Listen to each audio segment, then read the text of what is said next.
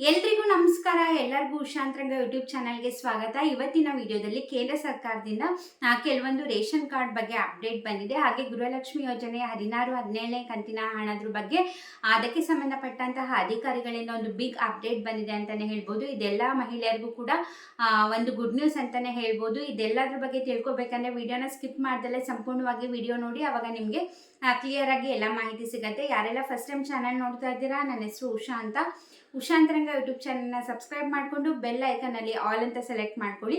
ಅವಾಗ ನಾನು ಯಾವುದೇ ಹೊಸ ವಿಡಿಯೋ ಅಪ್ಲೋಡ್ ಮಾಡಿದಾಗ ನಿಮಗೆ ನೋಟಿಫಿಕೇಶನ್ ಬಂದಿರುತ್ತೆ. ನಿಮ್ಮ ಫ್ರೀ ಟೈಮಲ್ಲಿ ನನ್ನ ಎಲ್ಲ ವೀಡಿಯೋಸ್ನು ನೋಡ್ಬೋದು. ಹಾಗೆ ನೀವು ನನ್ನ ಚಾನಲಲ್ಲಿ ಕೇಂದ್ರ ಸರ್ಕಾರದಿಂದ ಆಗಿರ್ಬೋದು ಅಥವಾ ರಾಜ್ಯ ಸರ್ಕಾರದಿಂದ ಏನೇ ಹೊಸ ಅಪ್ಡೇಟ್ ಬರಲಿ ಅಥವಾ ಯಾವುದೇ ಹೊಸ ಯೋಜನೆಗಳ ಬಗ್ಗೆ ಮಾಹಿತಿ ಬರಲಿ, ಖಂಡಿತವಾಗ್ಲೂ ಅದ್ರ ಬಗ್ಗೆ ಡೀಟೇಲ್ ಆಗಿ ವಿಡಿಯೋಸ್ನ ನೋಡ್ಬೋದು. ಹಾಗಾಗಿ ನೋಟಿಫಿಕೇಶನ್ ಆನ್ ಮಾಡಿಕೊಂಡ್ರೆ ನಿಮಗೆ ಆ ನೋಟಿಫಿಕೇಶನ್ ಬಂದಿರತ್ತೆ. ಸೊ ಮಿಸ್ ಮಾಡಲ್ಲ, ಎಲ್ಲ ವೀಡಿಯೋಸ್ನು ಕೂಡ ನೋಡಬಹುದು.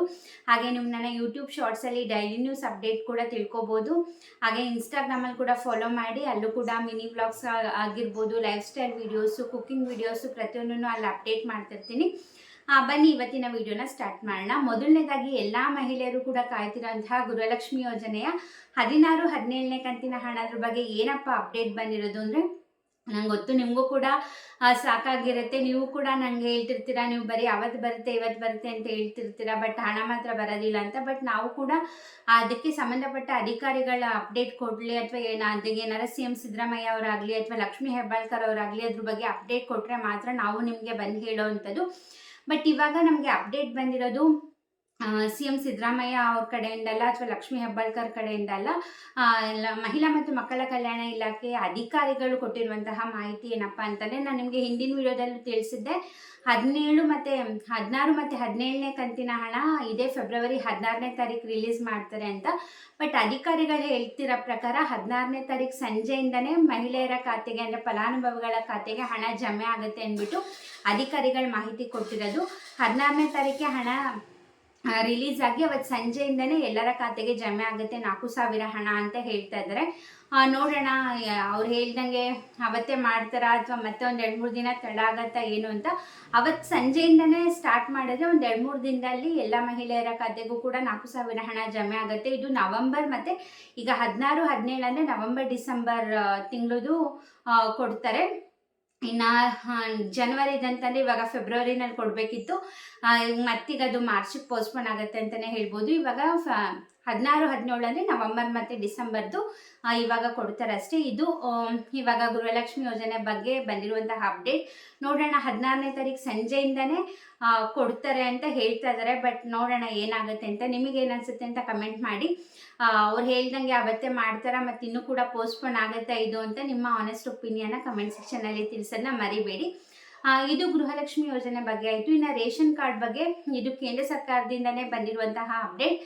ಪ್ರತಿಯೊಬ್ಬರು ಕೂಡ ಅಂದರೆ ಆಲ್ ಓವರ್ ಇಂಡಿಯಾ ಪ್ರತಿಯೊಬ್ಬರದ್ದು ಕೂಡ ರೇಷನ್ ಕಾರ್ಡ್ EKYC ಕಂಪಲ್ಸರಿ. ಅದು BPL ಕಾರ್ಡ್ ಒಂದೇ ಅಲ್ಲ, APL ಕಾರ್ಡ್ ಅವರು ಆಗಿರ್ಬೋದು ಅಥವಾ ಅಂತ್ಯೋದಯ ಕಾರ್ಡ್ ಆಗಿರ್ಬೋದು, ಪ್ರತಿಯೊಬ್ಬರದ್ದು ಕೂಡ ಕಂಪಲ್ಸರಿಯಾಗಿ EKYC ಆಗಿರಲೇಬೇಕು ಅಂತ ಹೇಳ್ತಾ ಇದ್ದಾರೆ.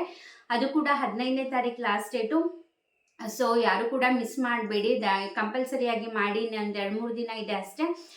ಏನಂತಂದರೆ ನಿಮ್ಮ ಆಧಾರ್ ಕಾರ್ಡ್ನ ರೇಷನ್ ಕಾರ್ಡ್ಗೆ ಲಿಂಕ್ ಮಾಡೋದಾಗಿರುತ್ತೆ ಅಷ್ಟೇ. ನೀವೇನಾರ ಮಾಡಿಸಿಲ್ಲ ಅಂತಂದರೆ ನೀವು ಹತ್ತಿರದ ನಿಮ್ಮ ರೇಷನ್ ಡಿಪೋ ಪ್ರತಿ ತಿಂಗಳು ಎಲ್ಲಿ ರೇಷನ್ ತೊಗೊಳ್ತಿರೋ ಅಲ್ಲಿ ಆ ರೇಷನ್ ಕಾರ್ಡು ಹಾಗೆ ಯಾರ್ದು EKYC ಮಾಡಿಸ್ಬೇಕಂತಿದ್ರೆ ಅವರ ಆಧಾರ್ ಕಾರ್ಡ್ ಹಾಗೆ ಅವರ ಆಧಾರ್ ಕಾರ್ಡ್ಗೆ ಲಿಂಕ್ ಆಗಿರೋ ಮೊಬೈಲ್ ನಂಬರ್ ತೊಗೊಂಡೋದು ಥಂಬ್ ಇಂಪ್ರೆಷನ್ ತೊಗೊಂಡು ಲಿಂಕ್ ಮಾಡಿ ಕೊಡ್ತಾರೆ. ದಯವಿಟ್ಟು ಮಾಡಿಸಿ, ಯಾರು ಕೂಡ ನೆಗ್ಲೆಕ್ಟ್ ಮಾಡೋಕ್ಕೆ ಹೋಗಬೇಡಿ. ಇದು ರಾಜ್ಯ ಸರ್ಕಾರದಿಂದನೂ ಕೂಡ ಹೇಳಿದರು, ಬಟ್ ಇವಾಗ ಕೇಂದ್ರ ಸರ್ಕಾರದಿಂದನೂ ಕೂಡ ಕಂಪಲ್ಸರಿಯಾಗಿ ಮಾಡ್ಯಾರೆ. ಇದು ಒಂದೇ ರಾಜ್ಯಕ್ಕೆ ಅಂತಲ್ಲ, ಆಲ್ ಓವರ್ ಇಂಡಿಯಾ ಕಂಪಲ್ಸರಿಯಾಗಿ ಪ್ರತಿಯೊಬ್ಬರು ಕೂಡ ಮಾಡಿಸ್ಲೇಬೇಕು.